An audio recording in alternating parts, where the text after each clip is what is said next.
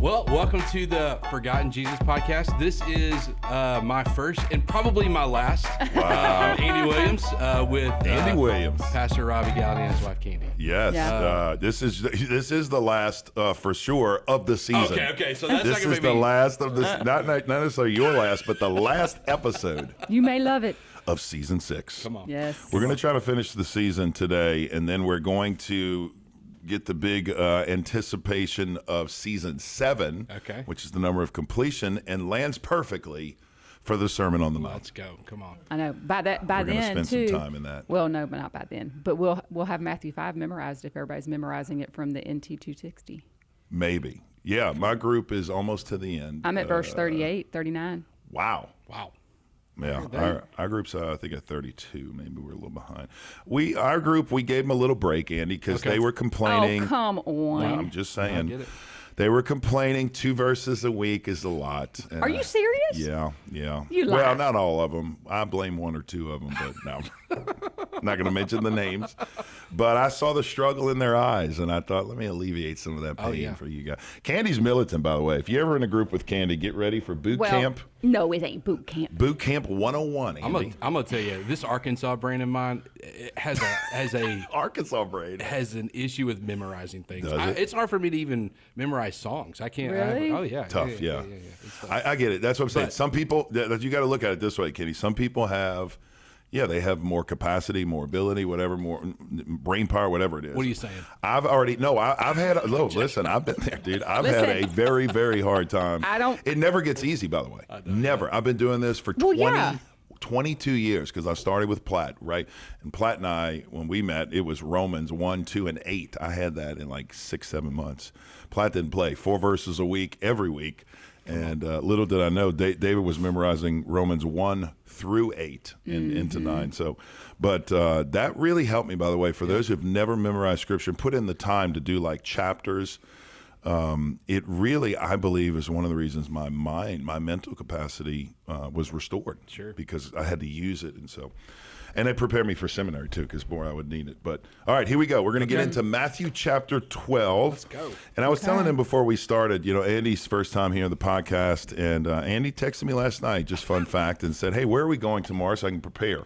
And I said, Andy, no, that's the joy and fun of the podcast. I don't think that's joy. I think that's anxiety. That is. If you can see the sweat beads on Andy's head. Yeah. No, I said the fun of the podcast is that nobody but me, this is true. True. Not even Vivian, not even Robert, nobody, not even Clapp, nobody but me knows where we're going every week. And sometimes I don't even know where we're going That every is week. true. But I will say, I was telling them, 90% of the Gospels, I would say, I have studied in depth. I mean, over 22 years of because the Gospels are the heartbeat of the Jewish connections, right? Not that the Acts doesn't have them or the epistles, but the Gospels just gold mine after gold mine.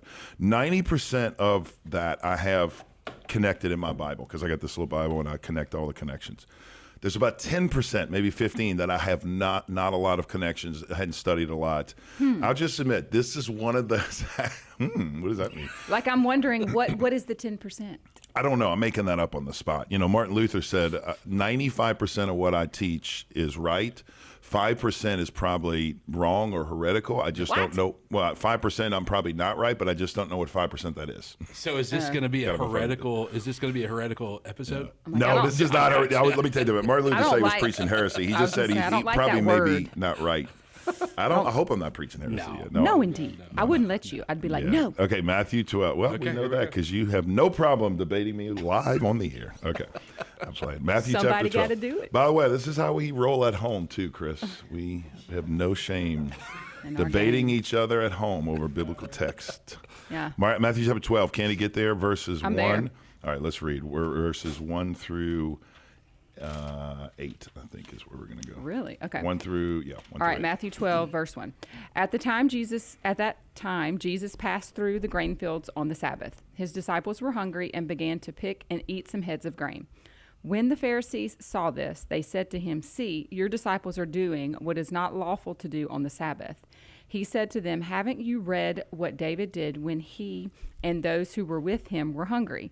How he entered the house of God and they ate the bread of the presence, which is not lawful for him or for those with him to eat, but only for the priests?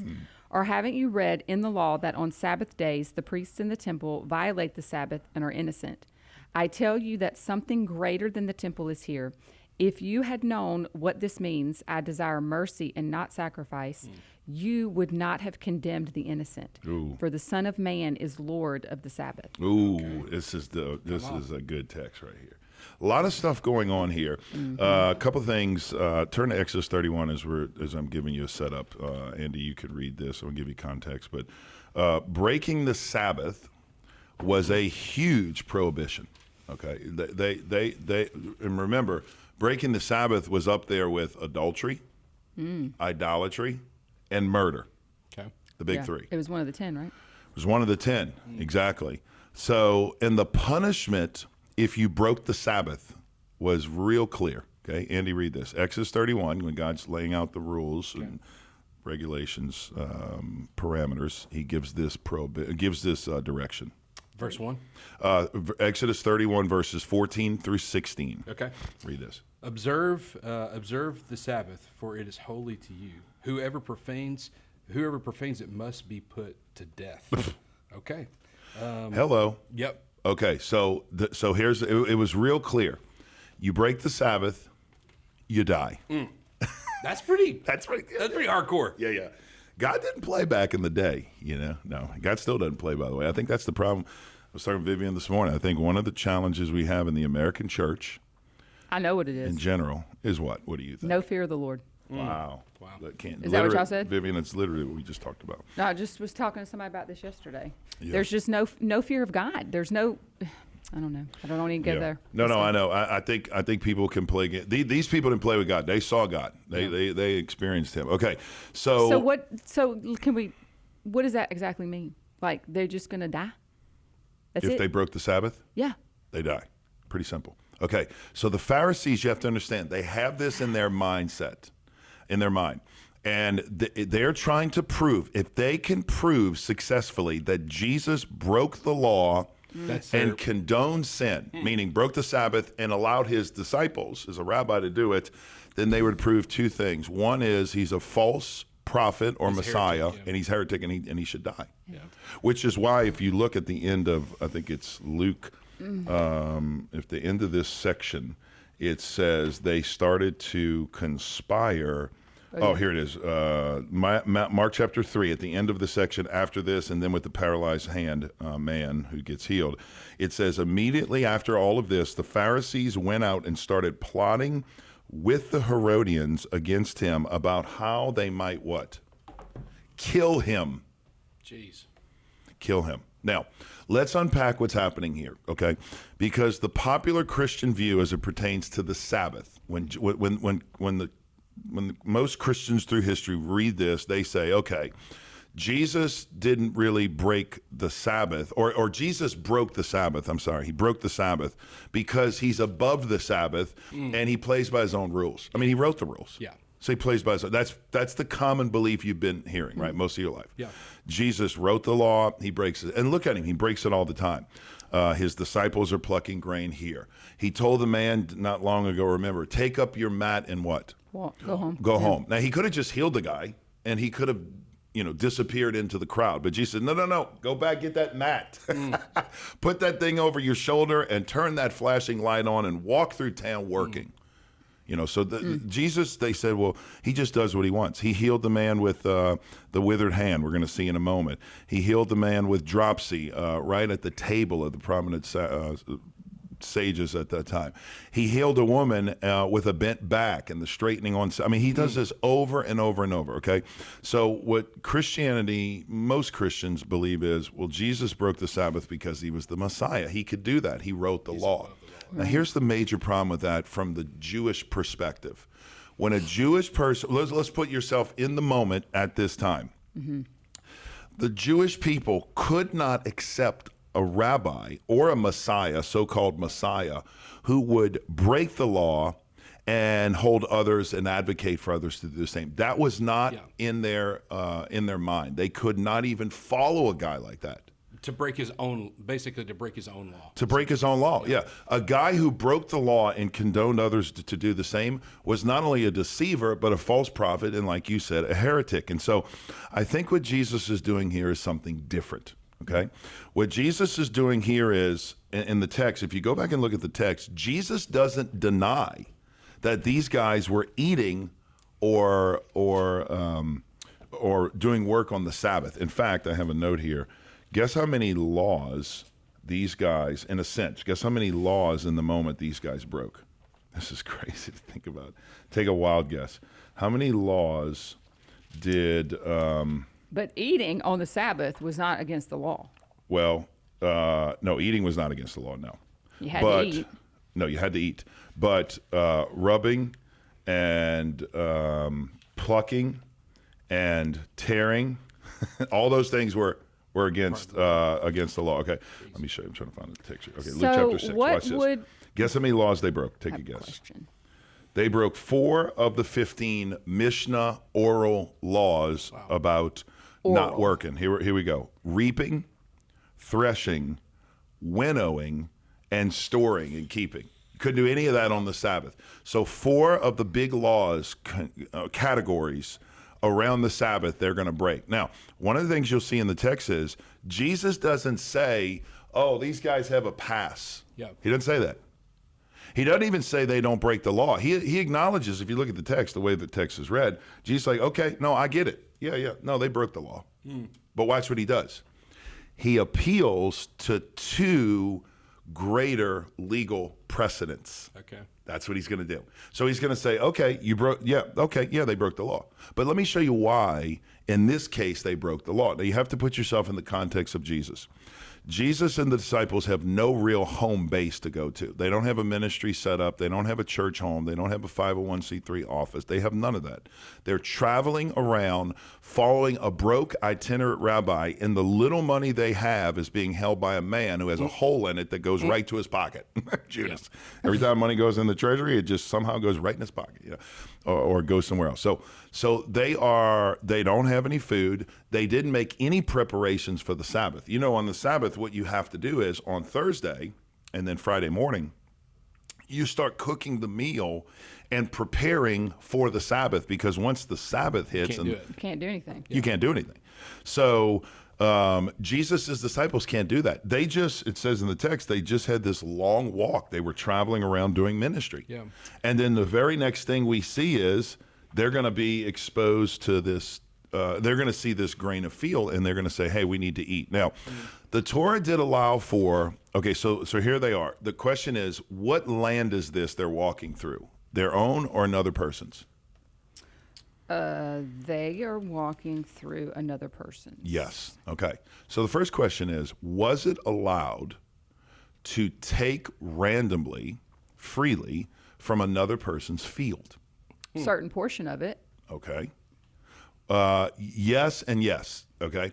The first thing is, according to Deuteronomy 23:25, that someone who was traveling could, if they were hungry and starving, they could snack on someone's grain if they were hungry. That was an allowance. The Torah allowed that. However, as the people got into the land of Israel and the rabbis came on the scene and the sages built all of these laws, these fences around the Torah, the oral law, I guess they gave these out, they started to say, no, you can't do that. So in Jesus' day, it was prohibited. It was illegal. It was a crime to just walk on a guy's field. If not, people would be taken from people's fields all the time. However, there is a footnote here, and the footnote is what you said. The Torah does suggest that the owners of a farm leave a portion of their field, Okay. you ready for this, for the poor. Wow. They called it something. You know what it's called? Give me. Torah suggests that farmers leave starts with a C, leave the area of the field. Starts with a C? Corners. Oh, Okay. What'd you say? I was totally thinking of a Hebrew word. You were thinking of what? A Hebrew word. Oh, yeah. Kodesh. Kodesh. No. Corners. English word. Corners. Okay. Why the corners? Because they said one is when the poor would walk by, people were hungry. It was a sign of generosity. It was a sign of tzedakah. Basically, Jesus uses this term in Matthew 6. Beware of practicing your good works, tzedakah, your works before others to be seen by them, because if you do, you have no reward in heaven. And then he gives 3 sections of good works: prayer, fasting, and giving. Okay. That was considered priority for the Jewish people, that they had to take care of the poor. They had to pray. They should do these things. Okay, so they left the corner, I think, strategically, because when people walk by, they don't have to walk into the field. But that was part of their agreement. So we don't know for sure, but you would assume the disciples are not just randomly all spread out in some dude's field. They're actually at the corners, possibly. Okay, but still, that doesn't negate the fact that they are thrashing and picking and storing and cut. So Jesus is going to say, okay, listen, I get it, these guys, but let me give you 2 biblical legal precedences. Number one is, let me tell you about David. And that's what he does. Okay, so let's go back to Matthew and let's look what he says. Yeah. Matthew 12, 3-4. I want you to read this real quick. Okay. He said to them, haven't you read what David did when he and those who were with him were hungry, how he entered the house of God and they ate the bread of the presence, which is not lawful for him or for those with him to eat, but only for the priests. Okay, so Jesus is going to retell the story of David. Now, how many people remember this story? Do you remember it, Candy, this story? I mean, I think they were in battle and they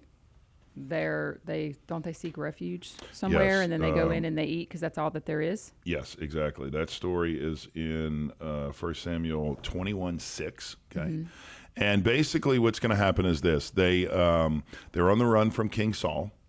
And they come to the sanctuary set up at Nob, basically. And they go to Abimelech or Ahimelech, the priest, for bread to supply them. He's like, hey, I got no bread. I got no ordinary bread. Oh, by the way, we do have the bread of presence. Now, remember, in the sanctuary, in the tabernacle back then, you had 7 elements. Okay, 1, 2, 3, 4, 5, 6 elements. Furniture pieces. Okay, you had a place to wash your hands outside. You had an altar to sacrifice. Then you had 3 things inside, and then 1 thing in the Holy of Holies, the Ark. But the 3 furniture pieces, just like a house. Remember, the tabernacle and the temple was God's house. Right. And the way God fashioned His big house was just like we fashion our little houses. That's why Jewish people believe back then is their house should mimic the big house, God's house. So they had. What are you laughing at? Because I'm thinking that God's house had a lampstand. Yes, he did. And so you shouldn't get upset about all my lamps because it's here we go. The That's big a stretch house right there. That's a big stretch. The big house is just like the little house. Oh my Except we have a little bit more of lamps. Well, they only okay. I'll give it to you. I'll give it to you. Okay, there are 7 lamps you could have because that's all I had. To be like Jesus. Yeah, that's what she's saying. Well, they only had 7 lights on the menorah. You got to shine your light before others, honey. Yeah. No, you only get 7. So I'll tell you, got to choose your 7. We got to get rid of the other 17. I've got 6 right now. Yeah. No, we have way more. No, than 6. I've only got 6 on a remote. Honey. Yeah, the rest are non-remote, and that's manual turn on. But anyway, for those who don't know what we're talking about, my wife loves lamps. Anybody else? I like a good lamp. I'm not gonna lie. I like a lamp. With a cozy light bulb, right? Okay, so I prefer lamp over the 100%, like a fluorescent. Yes, 100%. That's 100%. It's softer. It's just softer on the eyes. Because I'm a fluorescent guy. I'm old school fluorescent. I like a bright light. I can promise you. See this bright light in my face? I love this. I'm about to go into the C-shirt right now. No, so that's the question we're going to ask the audience. Do you prefer? No, because it really is a big deal in our home. I'm a big white light guy. I like a white light because I like to see. I mean, what is the purpose of a lamp if it doesn't function? Nope. See, I like white lights on my headlights of my truck, but in my home, it needs to be warm. Okay. How many warm lights in the home? Wow. I think everybody, hun. Well, everybody. I like to read. Maybe my eyesight. Maybe my eyesight is going bad. Imagine walking into a home and it's got 4 or 5 lamps on, and they're all It's very hospitable. No, listen, that's my shed. My shed is like lamps. They're like daylight. They're like fluorescent. You go in my shed to study. Could you imagine ugh? No, my shed it's like 12 noon no daytime way, dude. every no day. way, dude. All right, moving on. So Sorry, I got God us totally has off furniture. track. One of those pieces is a lamp, but that's not what we need today. We need the table of bread. Right, the showbread. Okay, so the deal was back then, God instructed them to bake 12 pieces of bread. It was holy bread, if you will. And the bread was set up as a reminder of a couple of things. One, of the satisfaction of God giving bread in the Old Testament and God being our sustenance. And it was an offering to the Lord. Yeah. Every day this bread was baked and then freshly placed and exchanged. So the 12 were put in there for a day, and then after a day they were taken off, and another 12 were made. We don't know for sure, but we can assume possibly David and his men come at that change, so it's not as big a deal as you think it could be, like taking the bread from I don't think they were ever taking it from the table and leave it empty. Right. But it could have been hungry. But they were hungry. Okay, Yeah. so the Torah said there was a footnote in the Torah that said that only the priesthood, or there was a rule in the Torah, only the priesthood could eat the bread of presence only within the tabernacle or the sanctuary. So there was a concession for ingesting the bread. They just had certain rules. And so nevertheless, Abimelech gives David the bread. David takes the bread, he eats it, gives it to the rest of the guys. And Jesus says, okay, don't you remember that? It's not the norm, but God allows certain concession for starvation. Yep. So here's the point that he's making. Jesus is saying there are certain commandments that supersede other commandments at the time.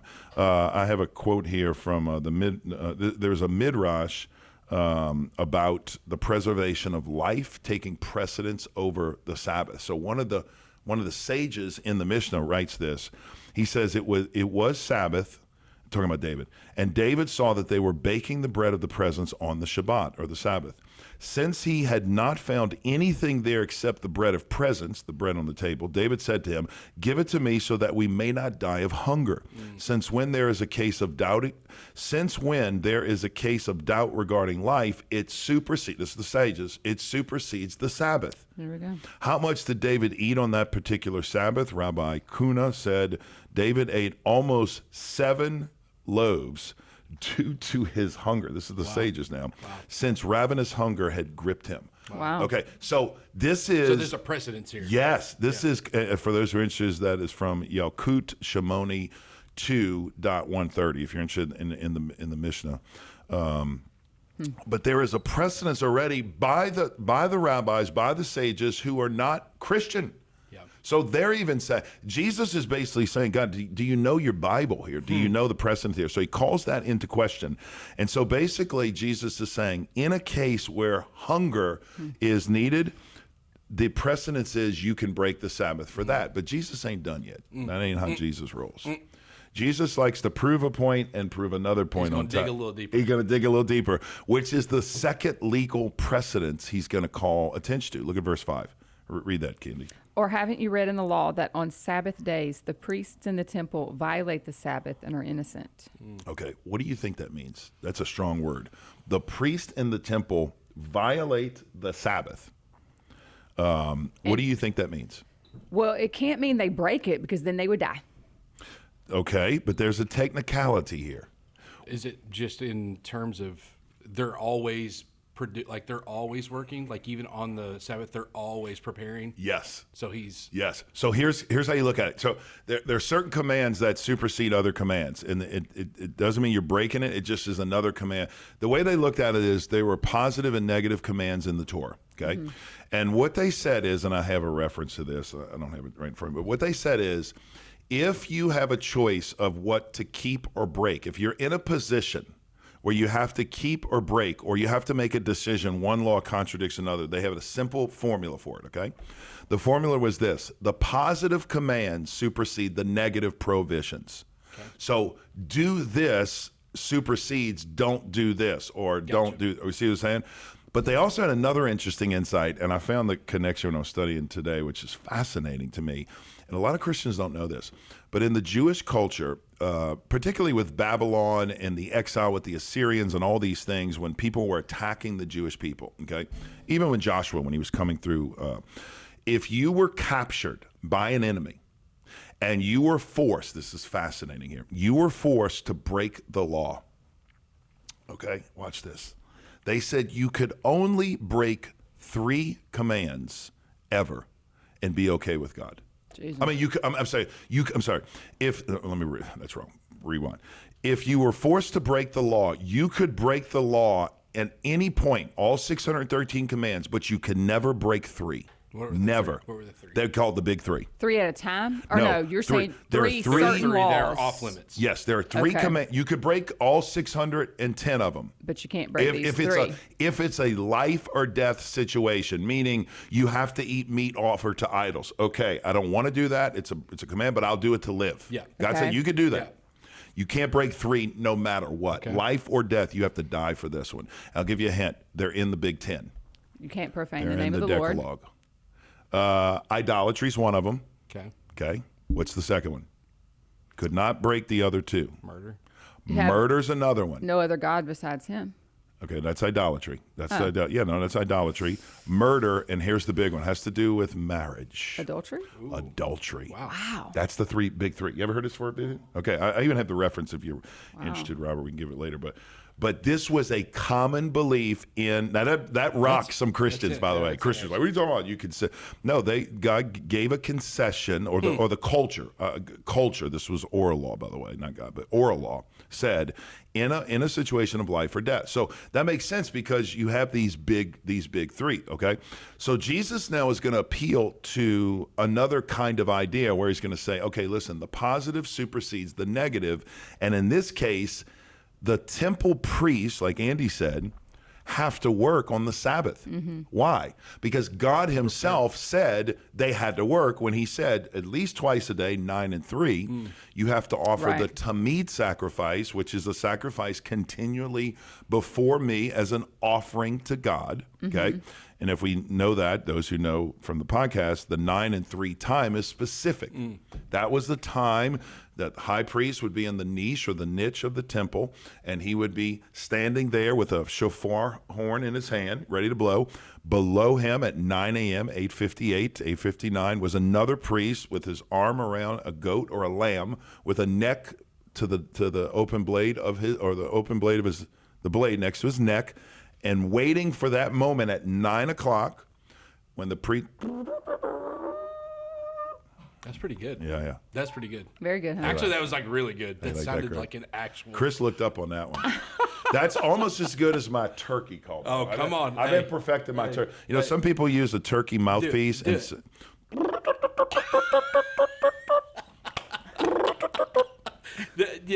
that any good? Stick to the shofar. Yeah, I got to go back to my shofar. I practiced the shofar a long time. This is Andy, the turkey hunter extraordinaire. Okay, that probably. And the funny thing was, I tried that call the other day on video. Well, I was going to say, the one that you sent me was pretty good. That one was. Well, you know why? My voice, I really feel like I lost my voice yesterday. But I got you. No, I get you. I'm blaming on that. But anyway, okay. So the priest. I don't know how we got. See, Andy's indoctrination to the. I thought you were going to say the shenanigans. No, the shofar shenanigans. Okay, so the priest is up there. He's about to blow the horn, and the priest is down. He's about to blow. I ain't going to do it again. I'm not going to do it. And so the neck is to the neck, and then when he blows the horn, they cut the neck, they take the blood, and they offer it to God. They do this at 9 and 3. When you read the New Testament, when we get to the end of Jesus' life, it's no accident. He's on the cross at the moment the sacrifice, the daily sacrifice is offered by the priest. So think of it this way, and I've done a sermon where I act this out. But as the horn is blown and the neck is severed through the skin of the goat's neck, or the blade is through the skin of the goat's neck, at that moment, Jesus is hoisted up on the cross. Boom. Think about the drama there. And then, as if God is sovereign, and planned this whole thing, at the moment Jesus comes down from the cross, the gospel all records it's what time? 3 p.m. Wow.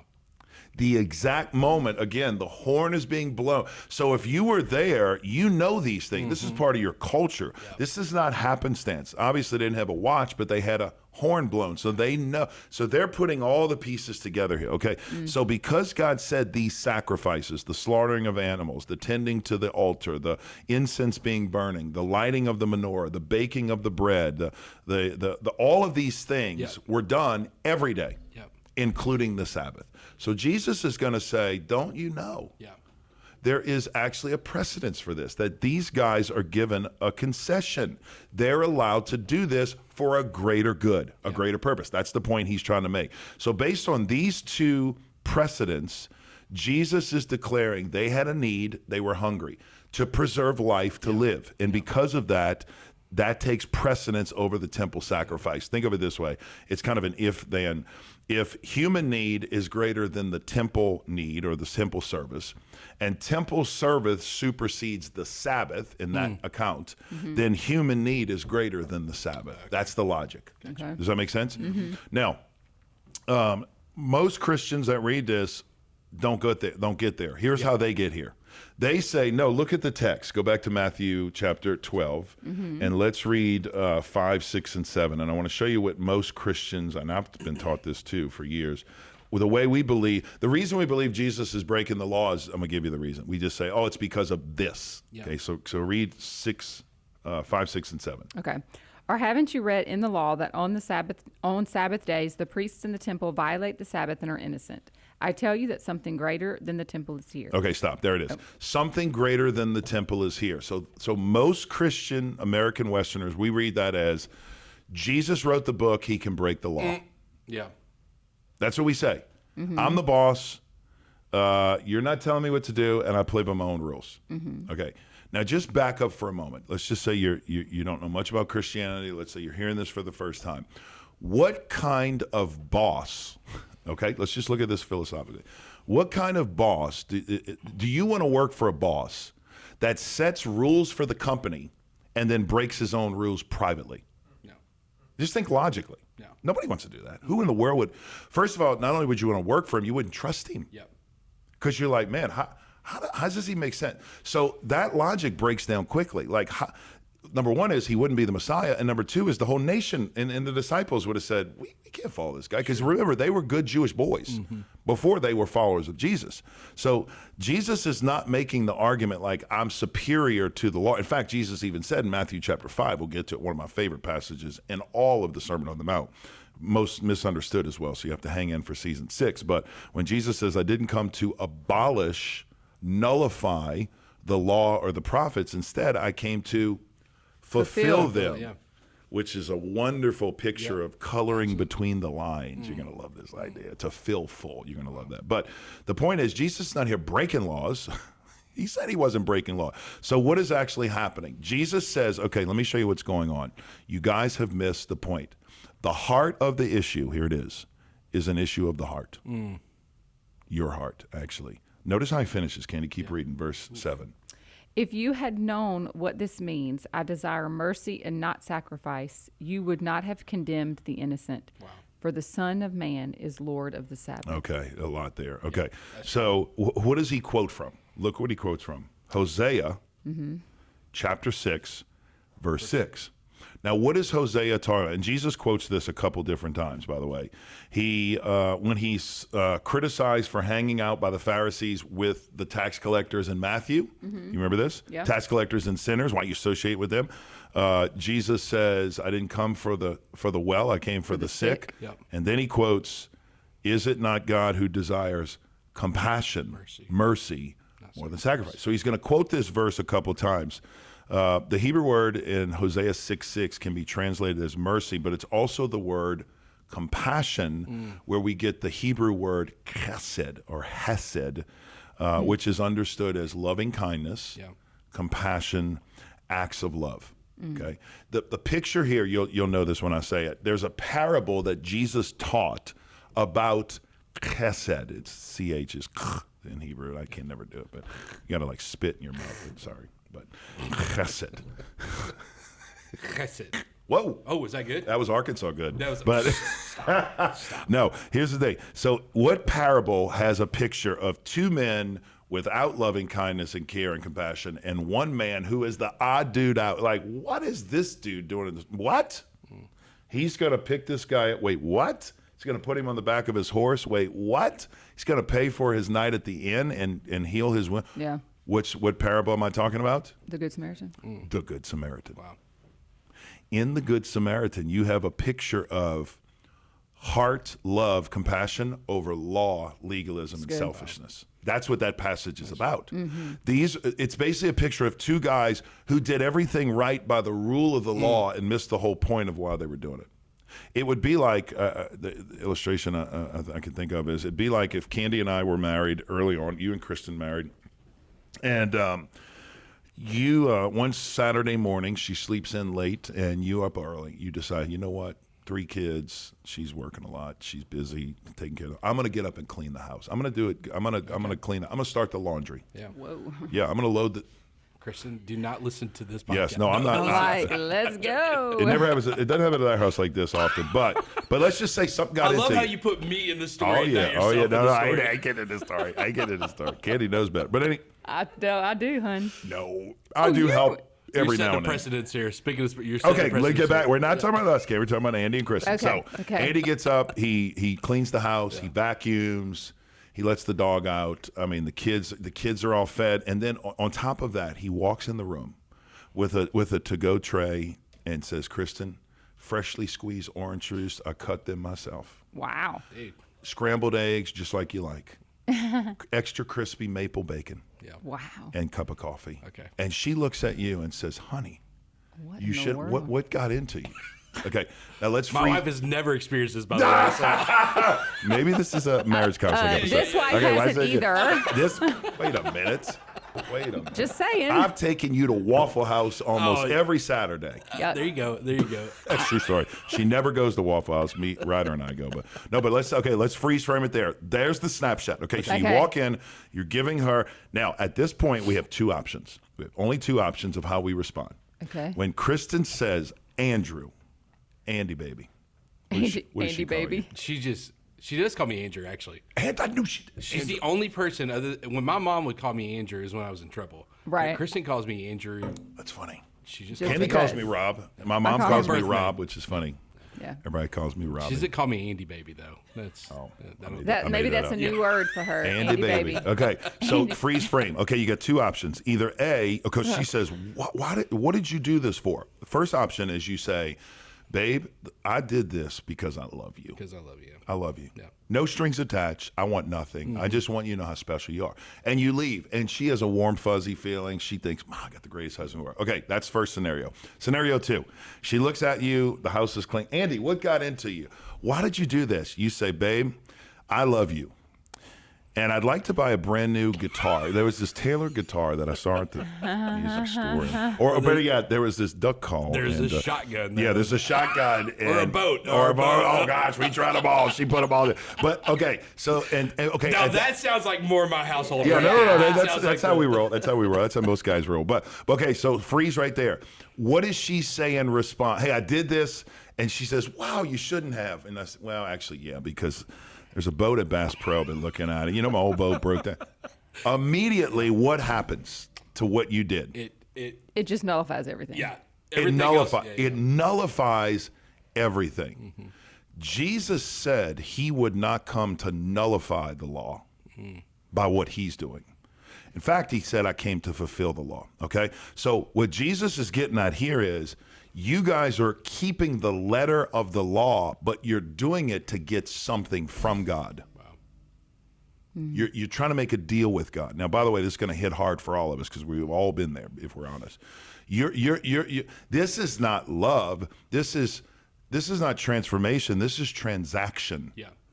This is not devotion. This is duty. Okay? And so what Jesus is getting at is, you guys, yes, you do. Remember what he said about the Pharisees? Listen to what they say. They teach the right thing. Just don't do what they do, because they don't act right. They say the right thing. They know the right thing. They're not doing the right thing. And what he's getting at is, your lips are close to me, but your heart is far from me. What he's saying is, you know how to say and write and speak the right things, but you're not living the right things. And so what happens is, it's a transaction and it nullifies everything, right? So the same thing happens with your spouse. True love has no attachment, has no expectation, right? True compassion doesn't seek to get something in return, right? True compassion. So what Jesus says is this. Here's the thing. You guys are great at sacrifice, but you've missed the point. And the point is, you should do this not to get something and earn something. You should do this because you already have everything. You guys know better. That's strong. You know, I tell people, you don't serve the Lord Jesus Christ because you're trying to earn a spot in heaven. You already have that. You're not trying to earn his favor. The moment you accepted Christ, at that moment in time when you were justified from death to life, when you went from darkness to light, when you were adopted, when you were regenerated, when all that happened in your life through faith and belief in Jesus, at that moment, God fills you with his spirit, invades your life with his presence, and looks upon you no longer as the sinner, Robbie, Andy, Candy. He looks upon you with the righteousness of his son and imputes that righteousness to you, and we're accepted at that moment fully. Here's what I mean. Listen to me.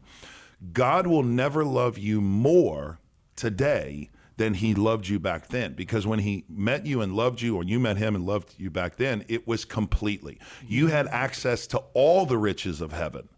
It's not progressive revelation of riches, meaning, oh, I got to earn this, or maybe when I go to seminary. No. God loves you today as much as he loved you back then, and he loves you in eternity the same way. Why? Because of the righteousness of his son, Jesus Christ. And so that's so freeing, because we don't have to earn our way to God. I remember in seminary, I mean, when I learned discipleship with Platt, Platt was reading the Bible and quoting scripture, memorizing, praying, and I just got caught up, honestly, in seminary, like a lot of guys, on this legalistic treadmill, where I felt like I had to read my Bible every day. Like It's your duty, it was a duty. If I didn't read my Bible every day, then I felt like God would be upset with me. Yeah. Okay, and I can't remember where I was. It was like year 1 or 2 of seminary, and we had a speaker come in. He said something along the lines of, whether you pray or not, God still loves you. Whether you read your Bible every night, God still loves you. And that rocked me. And I started to process that. And I still remember we were at Shalona at my grandfather's home right before Katrina. I still remember this day. Like I don't remember the day, but I remember the moment. And every night, Candy and I would go to bed and read our Bibles. That's how we read back then. She would get in the bed, I'd get in the bed, we'd read side by side the Bibles. And I remember getting in the bed, and I was tired and late. We had something, I don't know if I had an event or something, but I came home late. And I was so tired, and I was like, oh, man, but I got to read my Bible. So I turned my light on. I reached over, Robert, got my Bible, and half asleep. You ever been here? And I'm doing it not out of love or devotion, out of, expectation and, requirement. And all of a sudden, the Holy Spirit just spoke to me and said, go to bed. Now, this just doesn't seem like a lot, but it was a big deal for me, because I had not I had checked every box up to that point, never missed a day. Read my Bible. I'm going to be a Bible man. I'm a preacher. I'm a teacher of the word. And I'm like, really? Is that from the Lord or not? Some of you are going to say, well, that's not the Lord. But the point is, God was saying to me, I'm going to love you whether you go to sleep. And I'll never forget, I put that Bible on the bedside. Now, Candy's still militant reading at that point. But I'm like, you know what? I got a word from God. At least I thought it was. And I put that Bible next to the bedside, and I didn't read that night, and I went to bed and slept fine. Yeah. And the Lord released me and said, I love you regardless. Yeah. I accept you regardless. Remember Jesus? God accepted him. You are my beloved son, in whom I am well pleased. Before he ever healed, before he ever preached, before he ever called a disciple, before he ever walked on. He didn't do anything ministerially at that point we don't know of. And God says, hey, I love you. Yeah. Fully. That's so good. Completely. And maybe you need to hear that today. You're like, man, I've been on this legalistic treadmill. I'm not saying don't ever read your Bible. I'm not saying throw in the towel on Scripture, Mary, because Dallas Willard, my favorite quote of all, he said, grace is always against earning, never against effort. Always against earning, never against effort. See, what people think is, well, it's only by grace and for grace and to grace, then I shouldn't do it unless, God initiates. Well, if you're waiting on that, you may be waiting forever.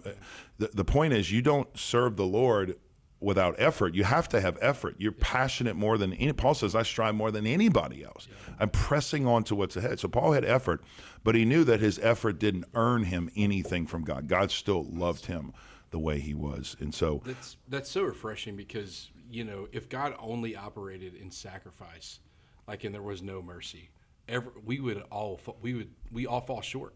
So it doesn't matter. Even our best sacrifice falls short. And so mercy has to come into play at some point. And so I think that's well, you probably see this in worship too. I mean, just sacrifice and worship and giving. And I was thinking about if that's the case, if sacrifice is the benchmark, then if we're not to the level of the widow's mite woman, Yeah. What are you giving? We're going to fall short every single time. Every time. Even our best offering fails into comparison. So. Every time. So the final thing before we close, Jesus is going to say, I am Lord even over the Sabbath. The Son of Man is Lord even over the Sabbath. Now that messes everyone up, because up to this point you say, okay, I'm jiving with you, but what about this last line?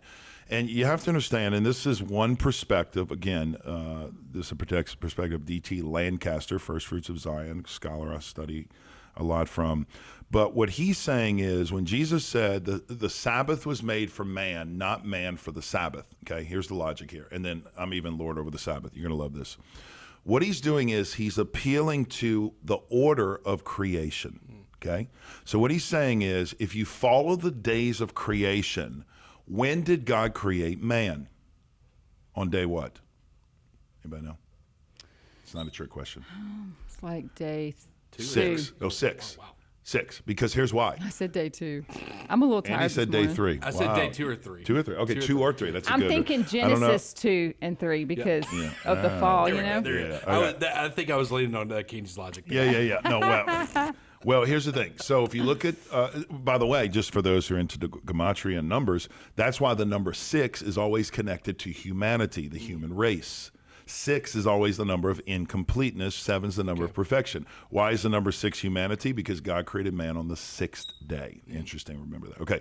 So he creates man and woman creates man first, woman second on the 6th day.